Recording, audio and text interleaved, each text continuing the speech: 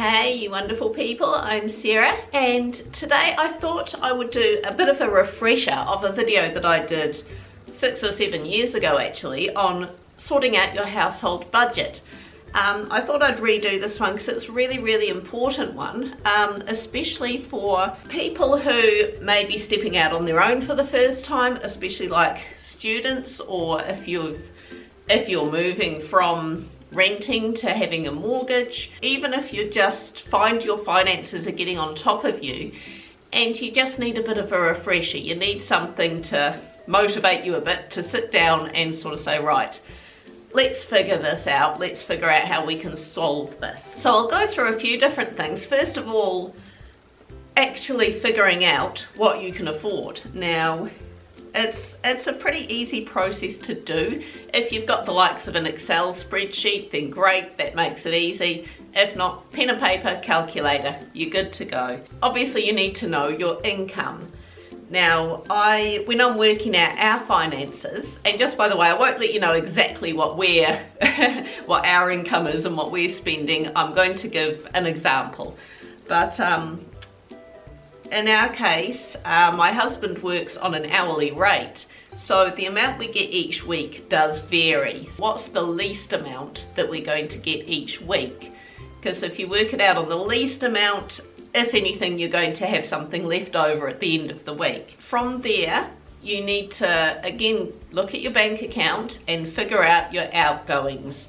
Write down absolutely everything and just put it in categories. So as an example, if you've got an income of $1,200 a week, I'm just using this as an example, allow for, any salaries you've got coming in, working for families, if you've got anything like that, benefits, anything, this is what you've got incoming. So then we need to take away your outgoings from that. So how much rent or mortgage do you pay? For the example, I've just said $500 a week. How much petrol, and again, this could be a case of looking back on your bank accounts and tallying up the last few months about how much petrol you spend in a week. So let's say $100 a week on petrol. That's pretty easy to do. If your power bill is, say, $200 a month, you need to divide that by 4 so that you get a weekly amount. So that would come to $50 a week. Phone and internet, let's say you're paying $90 a month, that would be $22.50 divided by 4 to make a weekly amount. Things like your rates bill, let's just say you've got $3,000 a year rates bill, so you need to divide that by 52 weeks, which is what's in a year, and that comes down to $57.69 per week. Your hobbies, you got to think about your hobbies, mental well-being stuff, that's important. I've used us as an example there. We all do taekwondo. We get a family deal, $70 a month for us doing that, which comes to $17.50 per week. Insurances, so car, house, contents, whatever kind of insurances you've got going on. Let's say that's about $250 a month. If you divide that by 4, $62.50 per week. Of course, anything else you've got going on, that is, especially things that are fixed amounts or things that have to come out each week. Now, I haven't allowed food in this example at the moment because food to me is extremely variable. You can plan your food shop around what you can afford. So if you are very disciplined and say you only spend, this amount on food every week, no, not a penny more, then absolutely include food on this list. If your food is very variable, like me, then work it out later. So just in this example here, for the bills, the outgoings, the essential stuff, that's $810 and $19 every week coming out. So of course you deduct that from the $1,200, and you want to put that into a separate account. You want to have like a bill paying account, ideally, so that that money is always there and those things are always paid for. So in this example, that would leave you with $389.81. Now you know what you've got also for the likes of food. Let's say you spend $200 of that on food for the week. That will bring that amount down to $189.81. Then you figure out what to do with that. Have you got credit cards? Absolutely pay off your credit cards. That is super important. I'll get back onto credit cards later, but yeah, if you've got debts to pay, then get rid of them as soon as possible. With me, I've actually got several different accounts, and generally you can do this online. Several different accounts for different expenses. So I've actually got an account set up for education. So currently 2 kids at intermediate, 1 at high school. Of course, the one at high school, we've got Chromebooks and all sorts going on. Now I've got one transitioning from intermediate to high school at the end of the year, so she's going to need a new Chromebook, new uniform, the works. So I'm very mindful of putting aside a bit into that education account, and that's nice to have in case of things like school camps that can cost you a few $100s, new uniforms, whatever, stationery, that sort of thing, little outings. At least you've got money set aside for that. So I've got a separate thing for that. I've also got another account purely for Christmas. I actually just put a set amount into, I put $5 a week into the Christmas account. Unless we've had a bit of a boost, we've had a good week, and then I might put a bit extra into the Christmas account. But just $5 a week means that I've got $260 in the account at the end of the year.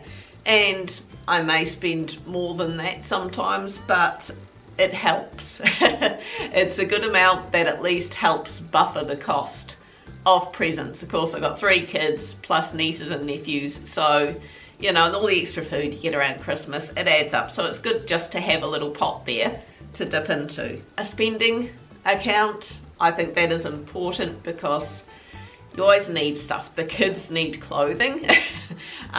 You know, sometimes you need to get your hair cut, you need some new shoes, you need, you know, essential things in life, a bit of sanity money. So it is important to have a bit of what I like to call sanity money there. Now also savings, it's really important to have a savings or an emergency fund there that you just don't touch unless you really, really need to. The car breaks down, you know, it needs new tyres, that can be hugely expensive.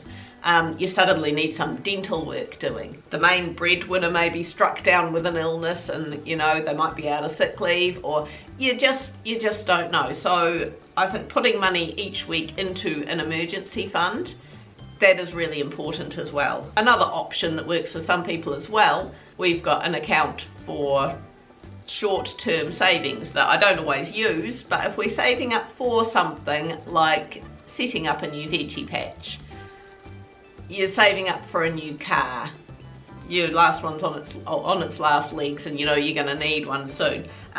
So short-term savings, so one that's not your emergency fund, it's not your big savings, but you're saving towards something. So that's another option for another account you could do. Let's say if you've got 4 different accounts and you've got that $189.81 left at the end of the week, that would be $47.45 into each of those accounts. It's a matter of being a bit disciplined and only using those accounts for their intended purpose. Now, what if your outgoings end up more than what your income is, especially those first set ones that I mentioned?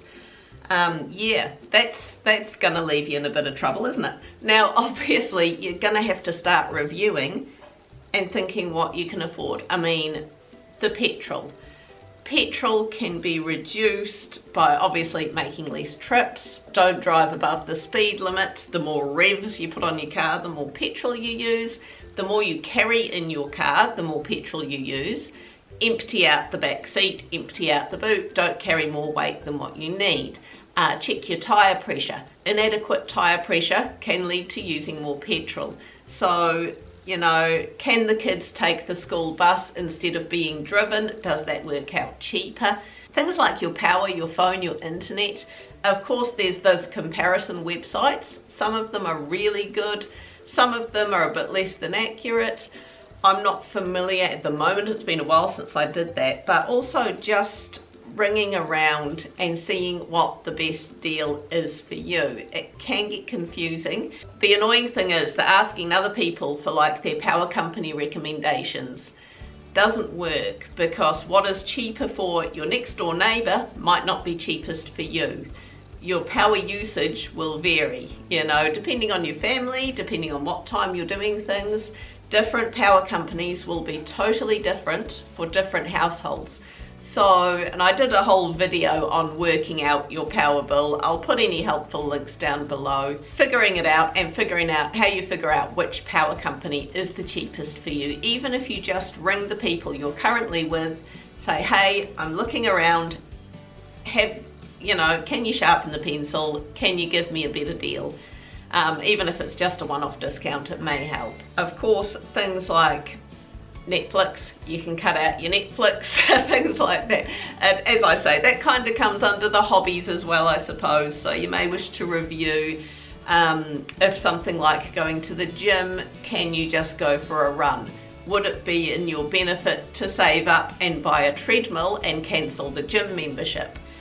So, you know, go for a bike ride, get some cheap dumbbells, go on Trade Me, start lifting your own weights instead of paying for that gym membership. Same with insurances, comparison sites, ringing around, see if you can get them down. As I say, the biggest variable for me is food. Of course, I've done many a video on reducing your food bill. Making everything yourself from scratch sounds like work. It's more the mental load of doing it rather than the act of doing it. It's so easy to pick up a loaf of bread. It's actually pretty simple to make your own bread, but it can save you a lot of money to make as much of your food yourself as you can. I do know people who are in exactly the same sort of situation as us, 2 adults, 3 kids who eat just as much as adults, but and their food bill can be double ours easily, just because, you know, I really do knuckle down and make everything ourselves. It does make a huge difference. But also, don't be afraid to reach out if you are in strife. I mean, there's people like CAP, Christians Against Poverty. They give some brilliant financial advice. Salvation Army, St. John, food banks, you know, they can help you out. Contact your local community trust. I know our local community trust actually does give out food parcels if needed. Mosques tend to do free lunches once a week. I know a lot of them do. Churches, you know, absolutely contact your local church. I know our local church has free clothing days. People donate their used clothing. I often go down there with a box and come out with a few items. So it is really, really worth, and reach out into local area community groups. Ask what they've got in the way of free food pantries, community gardens, all that sort of thing.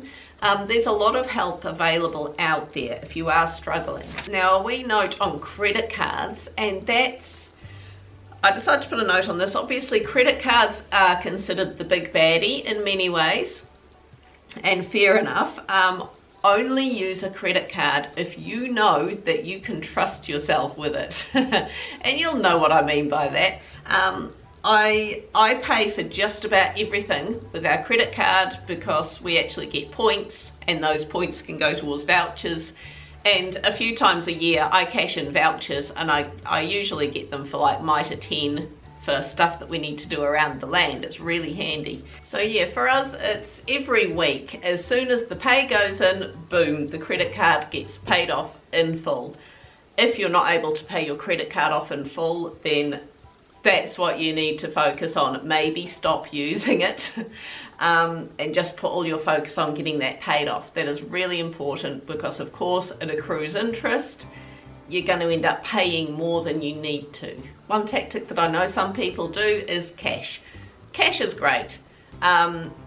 A lot of people actually take cash out just for emergency supplies. They've got a lot of cash there to spend on money or necessities in case there's some kind of emergency and the FPOS or credit card machines go down. You can always rely on good old cash. If you know you've only got a certain amount that you can spend and you can't go over that amount, take it out of the money machine and there is what you've got for the week. And as I say, if you're not sure where all your money is going, it really is the key. Just, even if you take a pen and paper around with you and be honest, write down every single purchase.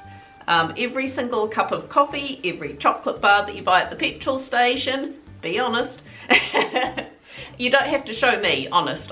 You can if you want, but tally it all up. You know, that chocolate bar and that cup of coffee, add them onto how much you're spending a week for food. Don't just go and use the amount for your main shop and then discount any little lunches out. That's all part of your food budget. So hopefully I've provided you with a bit of a starting block if you haven't done already, or a bit of a refresher, just some help as to how you work it out. Absolutely, hit me up with any questions or comments down below. If you go about it a different way, let me know. We've got an awesome Facebook group and we love getting lots of tips and tricks, and you know, if you've got a way of sorting out your finances, let us know. Hit the like button if this has been of some help, and we will see you next week. Bye.